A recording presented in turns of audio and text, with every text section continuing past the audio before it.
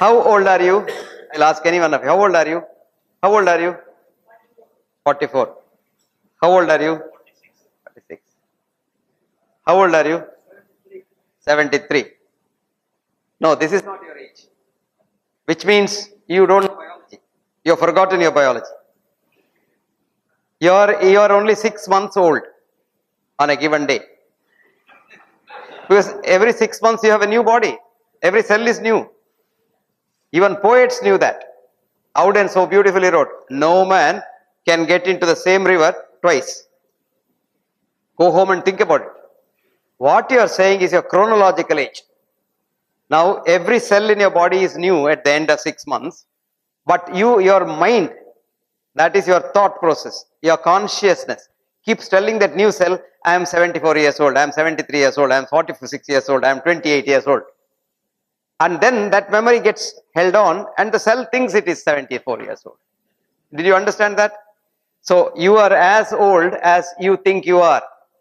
Of course, women are slightly younger than their rivals. That's the difference. That's a different thing. That's the definition by, slightly different definition. Now, I was asked to speak or lecture in honor of this great man sitting here, Professor P.C. Thomas. He was described as a good teacher. Who is a good teacher? A good student is a good teacher. A good teacher is not one who comes to the class and verbatim repeats what is in the book onto the student's notebook without letting the student think, and he, of course, doesn't think. That's a menace of a teacher. I call them as banking system teachers. But the true teacher is a midwife. What does a midwife do? She stands by the side of a pregnant mother in pain, coaxing her, cajoling her, empathizing with her, sympathizing with her, provoking her. Who delivers? The mother. In the class, the teacher delivers. No, you should not deliver. Because if you know biology again, on the day you are made in your mother's womb, not on the day you are born, that little speck of you, today you may be 70 kilos. That day, do you know how heavy you were? Roughly, how heavy you were? That is today. No, when you were made in the mother's womb, you were a zygote. Zygote, you know zygote? Which is a combination of a mother's ovum with the father's spermatozoon, a speck of protein which weighed 0.000000000000001 gram. I'm not joking, I'm seriously telling you.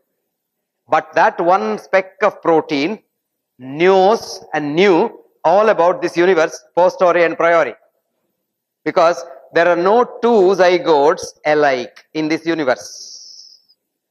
If you want to be unique, you should know everything else. Supposing you want to come here with a white shirt and you don't want others to wear a white shirt, you are a unique white shirt man, you should know what shirts and trousers the others are wearing. So that is why the thinker said, no man or a woman can teach any man or a woman what he or she already does not know. So what is education? Educe, E-D-U-C-E, in Latin means bring out, deliver. So you deliver the best in man. So education or teaching is trying to get the best out of the student. And that is a good teacher. That is why P.C. Thomas is a good teacher. And he is 73, but he will not die. Do you know why? Because he loves the younger generation and wants to do good to others. Did you get that? Because you are here for others' sake. Now I'll take you a little further in biology. Fish biology also is the same. Biology does not have a science. Did you know that? You all thought it's very scientific. You're talking of science. I've written papers. I'm a PhD and I saw some papers there I was reading. And this is not science. What is science? Any definition of science that you want? Science is a method.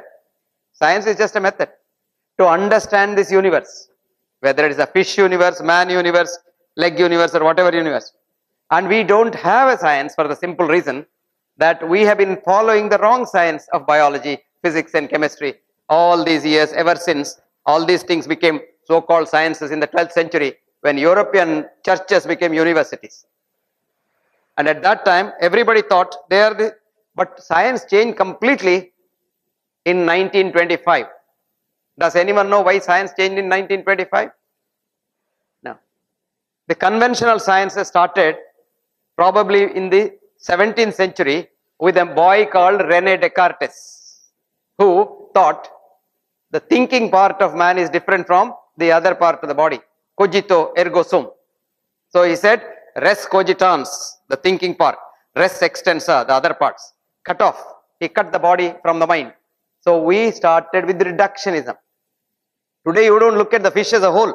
You look at the fish, one cell of the fish or one leg of the fish, and then study that. That is not the whole fish. And you would be surprised. Fish has a consciousness. Fascinating consciousness. Fish knows what to do. A fish born in Mangalore can go to New York if nobody catches it. But it will come back to Mangalore to die if nobody kills it. Because fish has a fascinating piezoelectric crystal in its eye. And it is from there we understood in so-called science the ultrasound sonography. Sound, supposing I talk, sound goes in every direction. But ultrasound goes only in straight line. And when it goes and hits the wall, it comes back. This is called the ultrasound philosophy, which was learned from fishes by the Navy of Germany in the Second World War. And the naval sonar was developed on the fish eye pattern with the piezoelectric crystal, which vibrates and then throws the ultrasound. And the ultrasound goes and catches the enemy submarine, comes back. Then they know exactly where the enemy submarine is, you can bombard it. From that data, we have now got medical ultrasonography. You are pregnant, we will put that thing on your tummy and say your fetus is male or female, has legs or no legs, or head or one head or two heads and things like that. Or we put it in the heart and say how big or how small is the heart. Most of this is only shadow study, studying the shadows. Shadow is not the man. You would see in the morning you have a long shadow. At noon you have no shadow at all. Evening you have again long shadow. So you are not three human beings, you are only one human being. But we doctors depend on the shadows and treat patients. We don't treat the human beings, we treat the reports. This is where science has come now. Now what is then science then? The true science is trying to understand this universe, which the understanding has changed now. This universe was called by Indian philosophers of Sankhya age as a miracle, Maya. And today's latest science, the 21st century science says, in German, it says Wirklichkeit. Wirklichkeit is a word which means drama, changing drama. The world is a changing drama. It is there, it is not there. Even physics, for example. I was thinking that I'm good at keeping people awake, but this young lady is sleeping right in the front bench. Let her sleep. I don't mind people sleeping, but I have only one objection. Don't snore because your neighbor also wants to sleep. Coming back to science, 1925, there was a student in the class and his teacher was quote unquote great. His name was Albert Einstein, which you and your textbooks say was a great man, a great scientist and what have you. But you never allow our students to find out whether it is true or not, because our system is such that we don't have education now. We have educare. You give him a syllabus. He must know what you tell him. In short, Alexis Carrel, Nobel laureate, is a scientist, is a doctor, a physician, a surgeon rather, who wrote, very interesting, every newborn child is a genius to be converted into an idiot in school. Rabindranath Tagore went to school and he found school difficult, first class, impossible. So he came and told his father, I don't want to go to school because it's very difficult. So father said, okay, do what you like. Never went to school. But the man gets a Nobel Prize in 1913 for English poetry. Can you believe that?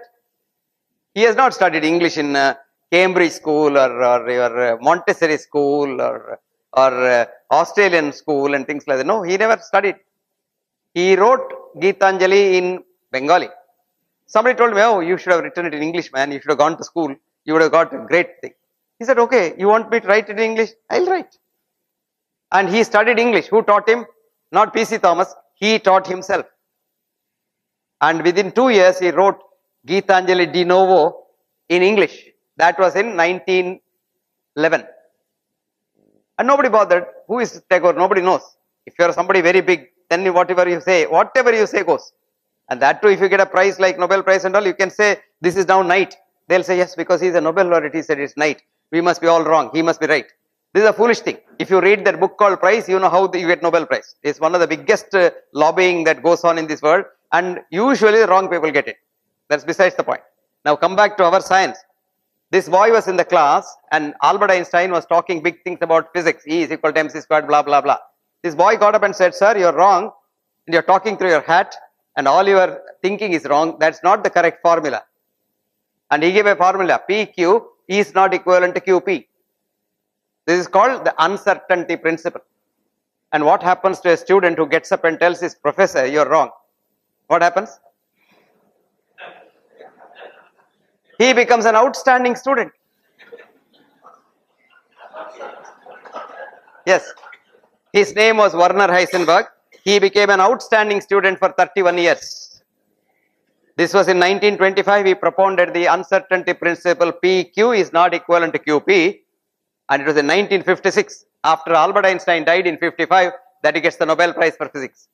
The only Nobel Prize which is worth its weight, probably not even in diamond, platinum, is worth its weight of something which is very, very good. Now that is the principle which changed science. So if you think, have you heard of the fish net hypothesis? Fish net hypothesis. Anyone? You're all ichthyologists, right? You know ichthyology? Studying fish. So ichthyologists wanted to start science. So they said, okay, we will study fish. So they went to the sea and had a net, collected the fish, brought it to their laboratory and measured it with what I was seeing there, some measure, weight measure and something, vernier caliper or whatever they measured, and came a hypothesis. They wrote a piece, it became a PhD thesis saying that all fish in the sea are bigger than 2 inches in size. Became a hypothesis. It was accepted by the peer reviewing committee and it was published in the International Journal of Ichthyosis. Right? Then what happened? It went on. Everybody accepted it because market, immediately it was taken to the market. So market said any fish bigger than 2 inches is sea fish. Come on, I will sell it. They made money. So science is money, making money. And then there was a thinker called P.C. Thomas who said, why every fish must be bigger than 2 inches?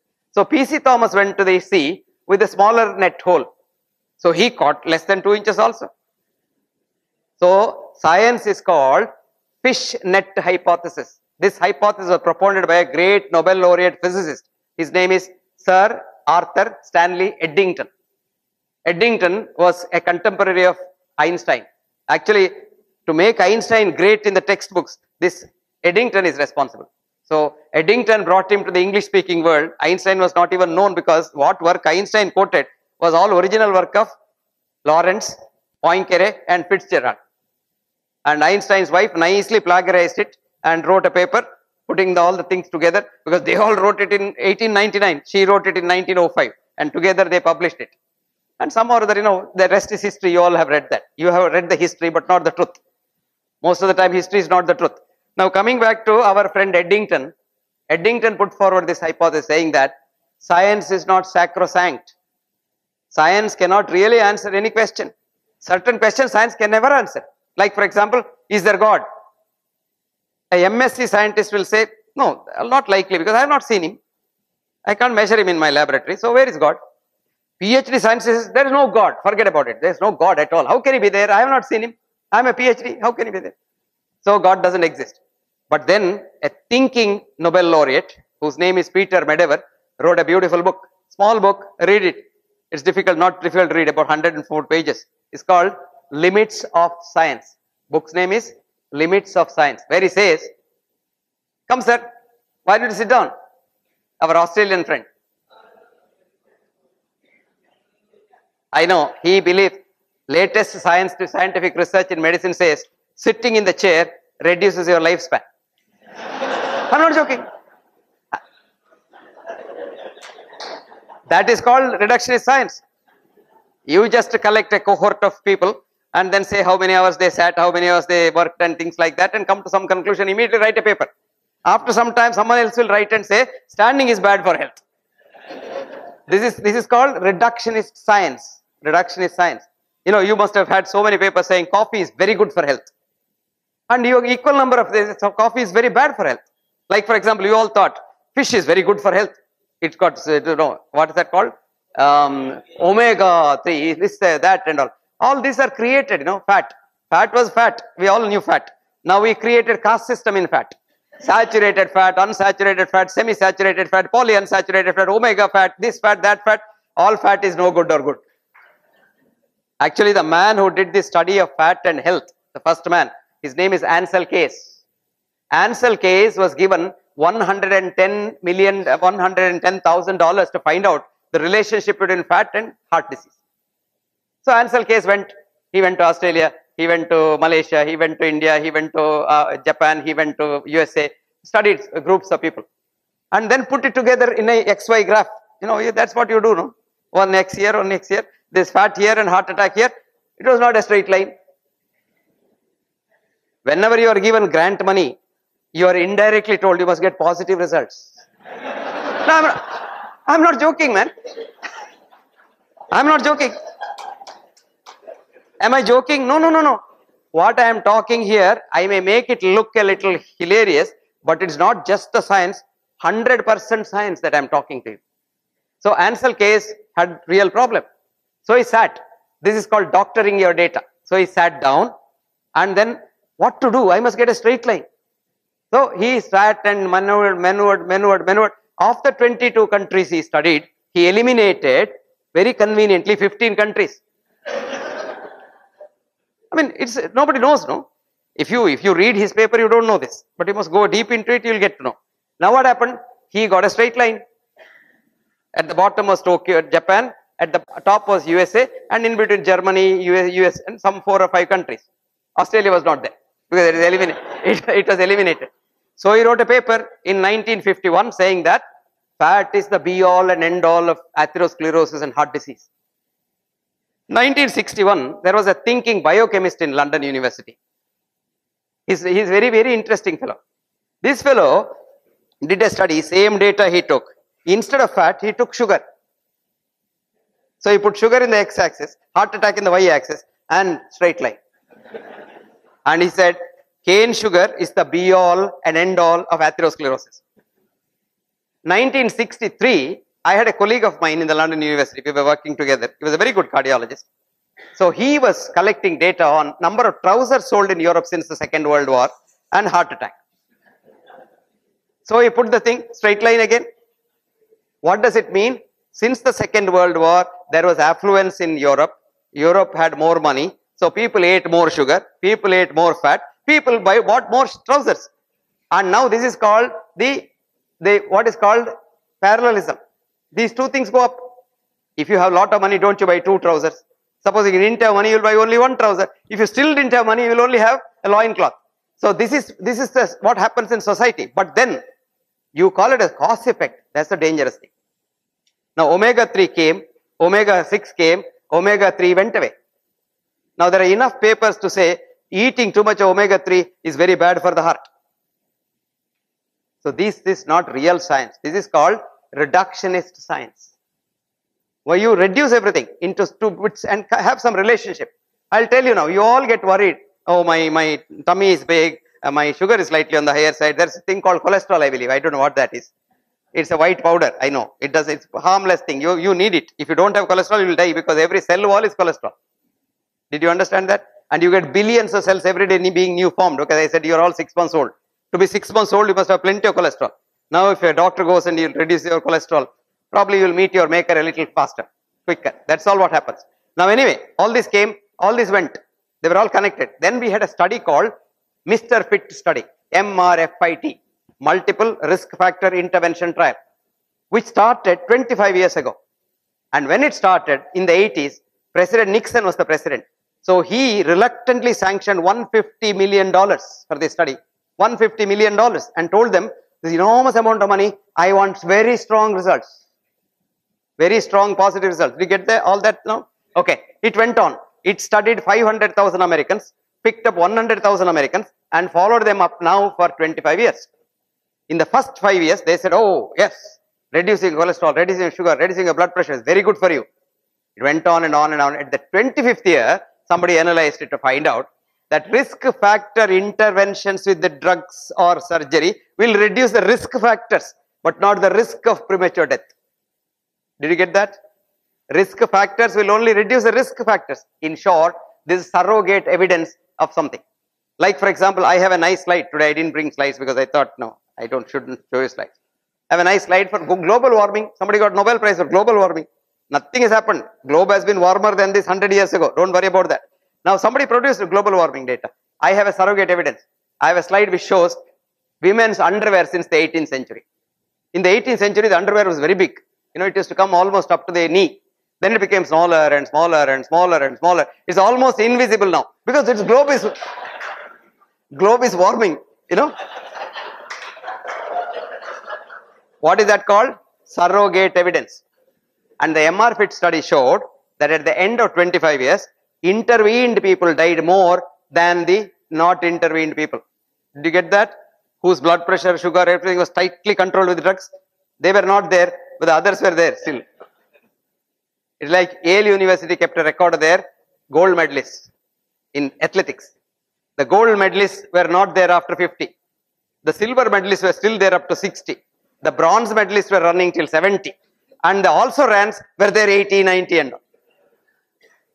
You will be surprised. A study was done in French nursing homes. Nursing homes doesn't mean in the Indian concept of nursing home. Nursing home is old age home. And there were ladies 80, 90 years old. They had cholesterol 800, 900 and all. So the study said, if you have very high cholesterol, you live long. Which is true actually, which is true. So friends, this is a science that we are talking about. That's called the science of fish net hypothesis. So Peter Medawar wrote, science cannot answer questions because science is not holistic. Science is not designed to answer such questions. Science can say, how big is the fish? Why is the fish in the sea? Why is some fish not in the sea? Why are some fishes in the river? Science doesn't answer. Where is God? Science doesn't answer. So he says, science is only designed for a particular purpose. Like for example, railway engine is designed to run on a railway track. Supposing you go and say, I want this railway engine to fly like a plane, it can't do. So a question is, can science answer God? No, because it can't. It's not designed to answer God. So don't think science is the end of everything. Actually, I would recommend you a good book. It's called Against Method. What's the book's name? Against Method. Our professor from Bombay must read this. Because he is teaching science. So, Against Method. This is written by a man called Peter Feyerabend. F-E-Y-E-R-B-E-N-D. Otherwise, he'll make a mistake in the spelling. F-E-Y-E-R-B-E-N-D. Feyerabend, Paul, he was a professor of science philosophy in the London School of Economics. It's one of the famous schools. And there, science philosophy is a very big department. It was dominated for about 30 years by a great thinker called Karl Popper. Have you heard of Popper? P-O-P-P-E-R? Karl Popper dominated London School of Economics for 30 years, followed by his student, Feyerabend. And Feyerabend so beautifully writes. He says, all the ills of the 21st century world are due to the so-called science's superiority, supremacy over all other rights of human thinking. Today you think anything is scientific. What is scientific? Going to moon is scientific, right? Right? Right. Of course, we didn't go to moon. We went to Mars. That doesn't matter. That's because PQ is not equivalent to QP. 2 into 3 may be 6. But 3 into 2 need not be 6 in real science. But you teach the student 2 into 3 is 6. 3 into 2 also is 6. That's called absolutist mind. We develop a student of an absolutist mind. One track mind. Like a tunnel vision. Like a horse. What we need is a multivistic mind. You have to take all things into consideration. Even that is no good. There are some schools which teach you multivistic school, but not enough. The real wisdom is, you must have wisdom. That is, you take absolutist, multivistic and think yourself and then come up with your own solution. That's called wisdom. So friends, knowledge is not wisdom. Knowledge dwells in heads replete with thoughts of other men. But wisdom dwells in heads attentive to their own. Knowledge is so proud, I know so much. I am a PhD, I am this, I am MD, But wisdom says, I don't know much. Wisdom is so humble because it knows no more. Knowledge and wisdom, far from being one, have nothing in common at all. The wiser you are, the humbler you become. And that's Indian education. Indian education says, Vidya dadati vinayaha. You become humbler and humbler. The humbler you are, more educated you are. But today, education gives you arrogance. Degree. This all the Western thoughts, we are taking it and fully imbibing it and saying that's the right way to do it. No, there are other ways to do it also. So coming back to our point, fish for health. I am supposed to talk on health. Now I have defined fish. Now I have to define health. Then only I can say what is for what. What is health? What's your idea of health? You have all heard. Alta, this thing of the WHO. It's absence of physical, mental, spiritual, environmental, this, that, all kinds of absence of this. No disease at all is called health. No, there is no human being from birth to death who has no disease. If I now scan all of you for a cancer cell, each one of us, including me, will have not one cancer, at least about 10 cancers to 100 cancers. But they don't become cancer disease. They are cancer cells. Today what do? Get every woman, take a cervical smear and say, oh, dysplastic cell. This may become a cancer. This is called predicting the unpredictable linearly. Did you understand? Linearity doesn't work in science, in universe. Universe is non-linear. How can you linearly predict? You can have a cancer cell in the cervix and the woman can live 100 years. You may not have a cancer cell in the cervix. The woman may come down with a very bad cancer in 1 year. Both are possible. And this is possible because the predictions of the future are not scientifically correct. Why go that far? Take your weather prediction. You think it is very scientific, no? Mangalore is supposed to have rains today. Did you see yesterday's prediction? Go out and see whether it's raining. It won't rain. Kobe in Japan had the best supercomputer. But before that huge thing, an earthquake happened in Kobe which killed thousands of people. Even seconds before that, the nearest meteorological laboratory had no inkling into that. If you really want to know how you can't predict the future, please write down. You're writing one? Right. Predicting the unpredictable future. Predicting the unpredictable future. Did you write that? The author's name is Firth, William Firth. Firth, F-I-R-T-H-W-J. And the journal is, this you can get free on the internet. Journal is called British Medical Journal, BMJ. Got it? Year is 1991. Now Vancouver system you follow, I saw outside. So semicolon 303 colon 1568. Go and see. Now what does it show? You cannot predict tomorrow because there is no tomorrow according to quantum physics. Tomorrow doesn't exist. We create a tomorrow too. There is no world. World is a Maya. Now you all sit here, right? I close my eyes. Are you here? I don't know. As long as my eye is open and my retina is okay and photons come from you and hit my retina, you are alive. When photons don't leave you and don't come and hit me, I don't know whether you are alive or not. This is called work like kite, Maya, the real Maya. And today, E is not equal to mc squared, E is equal to m. Did you understand this? Energy is matter, matter is energy. In short, human body is an illusion of the human mind. So you are not body and mind, you are mind as body. So we used to say psychosomatic disease in the mind and all. All diseases are in the mind. The whole world is mind. Did you know that?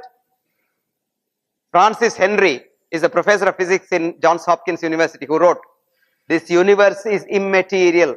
There is no matter. Immaterial. Dash. Spiritual and mental. Full stop. Actually, human body is immaterial. Spiritual and mental. So, now health is not absence of disease because there is nobody who has no disease. We all have disease, but we don't die of that disease because diseases are not supposed to kill. But we doctors frighten you saying that, you got a disease, now you may die. If we don't frighten you, you won't come to me. So this is called disease mongering, scare mongering. So I call our system as medical scare system. I tell you, my God, what's your tummy, man, so big? You will die early. There is no evidence to say that at all. Because the tummy, Churchill had the biggest tummy, did you know that? He was 256 pounds. He was smoking like a chimney and he was eating like a fish, drinking like a fish, not what the fish drinks. And he was eating like a pig with all that and he was not exercising at all. 89 years he lived. Nothing happened to him. What happened to him? Nothing happened to him. That doesn't mean you can also do that. Your future depends on not just your body, but on your mind. I always tell people, it is not what you eat that kills you, whether it is fish or omega. It is what eats you that kills you. Did you understand that? Your negative thoughts. So Ayurveda so beautifully says this. Krodha, Shokha, Bhaya, Ayasa, Viruddhanna Bhojana, Taponalan, Katva, Amla, Kshara, Lavana, Tikshnoshnati, Rakta, Pitta, Prakopayat. All diseases come because of the mind. And today modern medicine says the diseases originate in the mind, develop in the mind, and probably die in the mind or kill you in the mind. And there's a beautiful book written by a Nobel laureate girl, young lady, who got a Nobel Prize when she was still a postdoc, and her name is Candace Pert. And Candace writes this book called Molecules of Emotion, because it's Candace who first showed opiate receptors outside the brain, showing that every cell has a mind, which I call as membrane. In the cell membrane, there is a brain, membrane, and that has an antenna, integral membrane protein, because the cell is hygroscopic, but the integral membrane protein is a whole, and there is an antenna. So when you get the universal consciousness come and tickle that, you become born. When that leaves it, you die. In short, human body, human being is like the picture of the television box. The television box, you see the picture of maybe Hema Malini dancing. Hema Malini is not in the box. The energy of Hema Malini's vibrations are caught in the antenna. Now you switch it off, Hema Malini dies. You go to the next room, another television, switch it on, Hema Malini is born there. Human being is like that. On the day you are a zygote, when you are single cell, I told you what is your weight. The antenna gets the universal consciousness, which gives you all the information in the world. You are born. The day it leaves, you are dead. In short, this body is not, you are not inside this body. This is like the television box. You are not inside the box, but your energy is inside the box. So human body is energy. So now what is health then? The latest definition of health is enthusiasm to work. Health is enthusiasm to work, comma, and enthusiasm to be compassionate, full stop. Very simple. You get up in the morning and say, do I want to go to the college today? Do I really love to go to the college? You are healthy. Do I have to do something good to somebody in the college? You are very healthy. Don't ask for any other question. And as long as you are healthy and you are able to work and be compassionate, you are healthy. Says Ayurveda, samadatuhu, samagnischa, samadoshaha, malakriya, prasannatma indriya manaha swastha ityavidiyate. You shit well, you piss well, you drink well, you eat well, you sleep well, you work well, and you don't hate nobody. You are healthy. And that's what the latest quantum physics science says, that if you don't hate nobody, you will never be unhealthy. That's why you see P.C. Thomas at the age of 73, fit like a fiddle, because he loves his students in the morning. The first question he asks, "Yan in the college pono, cheeri pono. Endu cheyano? Students help cheyadu athre ullu. Madi, veronu doctor kaananonnilla." And I always jokingly tell people, if you are healthy, don't see a doctor. If you want honor, don't go to the police. And if you want justice, don't go to the court. If you are not well, you go to the hospital, because we doctors have a formula from our father, Hippocrates. Cure rarely. When I tell the truth, you laugh. When I don't tell the truth also, you laugh. Cure rarely, comma, comfort mostly, comma, but console always, full stop. Now I'll explain that. Cure is a word which has no meaning in medicine, because cure in the Oxford Dictionary says bring back to the original state, which is not possible at all in any disease. Even common cold, you have common cold, millions of nose cells are dead, replaced by fibrous tissue. Can I bring it back? No. Comfort mostly. What is your job? Your pain, I can relieve it. Your breathlessness, I can relieve it. You can't breathe, I can make you breathe. You can't shit, I can make you shit. You can't piss, I can make you piss. I can't do nothing more. Now if you can't do, I can't do anything, you have a cancer, I can't treat, I can console you. After all, you say, why are you worried? What is death? Death is not the end of life. Death is only a part of life. And supposing, let us say, God forbid, you won't die of this disease. Supposing you die, so what? You will either go to hell or heaven. That's where you wanted to go. Heaven is where you wanted to go, and you're a good man, you'll certainly go to heaven. Perchance, God has not, St. Peter has not kept his books right, correct. You go to hell, so what? So many of your friends are there. You're enjoying life there. This is called consoling.